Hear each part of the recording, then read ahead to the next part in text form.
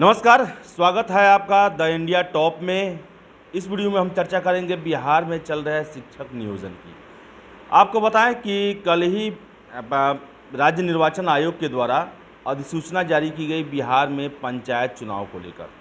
आपको बताते चले कि बिहार में पंचायत चुनाव लगभग 6 महीने की देरी से हो रही है और काफ़ी लंबा प्रोसेस है। 24 सितंबर से 12 दिसंबर तक ये पूरा अभियान चलेगा और लगभग 2,59,000 जनप्रतिनिधियों को चुना जाएगा इसके माध्यम से। लेकिन सबसे बड़ा इन सब के बीच में प्रश्न उठ रहा है कि बिहार में 90,762 शिक्षक जो हैं उनकी भर्ती का प्रक्रिया चल रहा है। ऐसे में सबसे बड़ा प्रश्न ये उठता है कि जो भी जनप्रतिनिधि हैं, जैसे कि मुखिया हुए, प्रखंड प्रमुख हुए, फिर से जिला परिषद अध्यक्ष हुए, इनका बड़ा ही महत्वपूर्ण भूमिका है इन शिक्षक नियोजन प्रक्रिया में, यानी कहें तो इनके माध्यम से ही ये हो रहा है। ऐसे में जब बिहार में आचार संहिता लग गया तो फिर इनके नियोजन का क्या होगा। एक लंबे समय से 2019 से ये कैंडिडेट जो हैं वो अपने नियोजन का इंतज़ार कर रहे थे। पटना की सड़कों पे भी आए और विरोध प्रदर्शन इन्होंने किया। शिक्षा विभाग काफ़ी प्रेशर में थी और जल्दी में कराया जा रहा था इनका नियोजन। लेकिन सबसे बड़ा प्रश्न है कि अब चूँकि आचार संहिता लग चुकी है और जो परामर्शी समिति जिन्हें वैकल्पिक व्यवस्था के तौर पर बीच में जब तक चुनाव नहीं होता है तब तक के लिए उनको बनाया गया था, वो कैसे ले सकते हैं। जब ये प्रश्न सबसे पहले आया और शिक्षा विभाग के सचिव संजय कुमार से जब ये पूछा गया तो उन्होंने कहा कि इसको लेकर वो राज्य निर्वाचन आयोग से संपर्क करेंगे और उनका ही जो वक्तव्य होगा वही अंतिम माना जाएगा, क्योंकि जब आचार संहिता लग जाता है तो सारी प्रक्रियाएं जो हैं वो चुनाव आयोग के हाथों में चली जाती है और वो ही नियम में फेरबदल कर सकते हैं, किसी नियम को बदल सकते हैं या पहले को चलने वाले को कंटिन्यू कर सकते हैं। आपको बताएं हम कि कैसे ये लोग जो हैं वो इस पूरी प्रक्रिया में भाग नहीं ले सकते हैं, यानी कि शिक्षक का जो नियोजन चल रहा है वो इनके अंडर में नहीं हो सकता है, क्योंकि हमारे यहाँ नियम है कि जैसे ही आचार संहिता लगता है उसके बाद जो भी पहले के जो वर्तमान जो जनप्रतिनिधि होते हैं उनको कार्य से मुक्त कर दिया जाता है। लेकिन एक और तर्क दिया जा रहा है, चूँकि ये प्रक्रिया पहले से चल रही है तो इसमें छेड़छाड़ नहीं की जा सकती है, ये चलती रहेगी। लेकिन सबसे बड़ी बात, जो नियुक्ति करना है उसमें मुखिया, प्रखंड प्रमुख और फिर से जिला परिषद अध्यक्ष, इनकी भूमिका काफ़ी महत्वपूर्ण होती है और ये अगर पद पे रहते हैं तो एक तरह से ये अपने हित में, अपने फेवर में कार्य कर सकते हैं, जो कि आचार संहिता इसकी इजाज़त नहीं देता है। 3 प्रश्न महत्वपूर्ण खड़ा होते हैं। आपको हम बता दें कि क्या चुनाव की घोषणा या अधिसूचना के बाद चुने हुए प्रतिनिधि नीतिगत निर्णय ले सकते हैं। दूसरा है, जब लोकसभा या विधानसभा की चुनाव के साथ चुने हुए प्रतिनिधियों का यह हक छिन जाता है तो पंचायती राज संस्थाओं में ऐसा क्यों है। जो मुखिया, प्रमुख और जिला परिषद अध्यक्ष खुद चुनाव मैदान में होंगे वे उसी दौरान नियोजन प्रक्रिया को कैसे संपादित कर सकते हैं, ये प्रश्न है। और आपको बताएं कि शिक्षा विभाग ने कल जो है इसे पूरी तरह से राज्य निर्वाचन आयोग के पाले में डाल दिया। लेकिन राज्य निर्वाचन आयोग का भी बयान आया है, उनका भी आया है कि इसको लेकर वो शिक्षा विभाग से संपर्क करेंगे।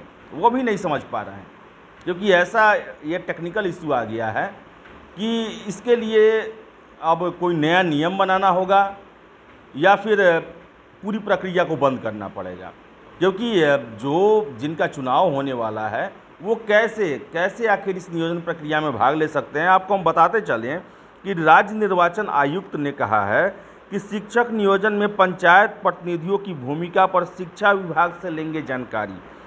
आपको हम बताते चलें कि पंचायत चुनाव की आदर्श आचार संहिता लागू होने के बाद परामर्शी समिति में शामिल पंचायत प्रतिनिधियों की शिक्षक नियोजन में भूमिका को लेकर राज्य निर्वाचन आयोग शिक्षा विभाग से जानकारी लेगा। पंचायत के माध्यम से शिक्षकों की नियुक्ति के लिए फ़िलहाल काउंसलिंग चल रही है। 2 चरण की काउंसलिंग हो चुकी है और तीसरे चरण की काउंसलिंग होनी है और मंगलवार को पंचायत चुनाव की घोषणा कर दी गई। राज्य के सभी ग्रामीण इलाकों में आचार संहिता प्रभावी हो गई है। ऐसे में सबसे बड़ा प्रश्न है कि शिक्षकों के नियोजन में परामर्शी समिति में शामिल पंचायत प्रतिनिधियों की क्या भूमिका होगी, क्या उन पर रोक लगाई जाएगी। इस सवाल पर राज्य निर्वाचन आयुक्त डॉक्टर दीपक प्रसाद ने कहा कि वे शिक्षा विभाग के अधिकारियों से जानकारी लेंगे और उसके बाद आगे का निर्णय लिया जाएगा। उन्होंने कहा कि मंगलवार को ही उन्हें इस मामले की जानकारी मिली है। आयुक्त ने कहा कि नई योजनाओं के क्रियान्वयन में पंचायत प्रतिनिधि प्रत्यक्ष या परोक्ष रूप से काम नहीं करेंगे, लेकिन जो पुरानी योजनाएं चल रही हैं वो जारी रहेंगी। तो आपको हम बता दें कि जानकारी लेंगे काफ़ी टेक्निकल इशू है और इसमें जो भी जनप्रतिनिधि हैं जो चुनाव लड़ रहे हैं पहले से थे, उनको शामिल नहीं किया जा सकता है, क्योंकि वो इसका प्रत्यक्ष या अप्रत्यक्ष रूप से लाभ ले सकते हैं। और ऐसा किया गया तो जो भी विरोधी वहाँ पर जो खड़े होंगे चुनाव में प्रत्याशी, वो भी इसका विरोध कर सकते हैं और पूरी चुनाव प्रक्रिया जो है वो उस पर प्रश्न चिन्ह लग सकता है। ऐसा हो सकता है कि जो मुखिया, प्रखंड प्रमुख और जिला परिषद अध्यक्ष हैं वो अपने फेवर में शिक्षक नियोजन का फ़ायदा उठाएं और उनका उससे लाभ चुनाव प्रक्रिया में भी मिले।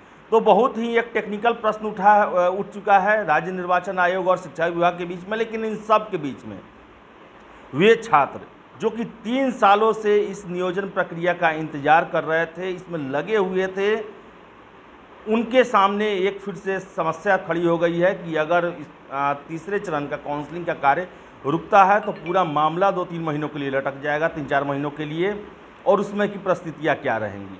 तो आपको बताएं कि बिहार में तो पहली बार शिक्षक का जो भर्ती प्रक्रिया है काफ़ी पेचीदा, काफ़ी उलझाऊ और कन्फ्यूजन वाला है, और उसमें चुनाव और नियोजन इकाइयों द्वारा की जाने वाली कार्यप्रणाली उनकी हमेशा शक के दायरे में लाती है। अभी कुछ दिन पहले ही 4000 नियोजन इकाइयों को रद्द किया गया है उनके द्वारा काउंसलिंग को, क्योंकि उसमें व्यापक अनियमितता का जो है वो मामला सामने आया और इसको लेकर शिक्षा विभाग के द्वारा कार्रवाई की गई।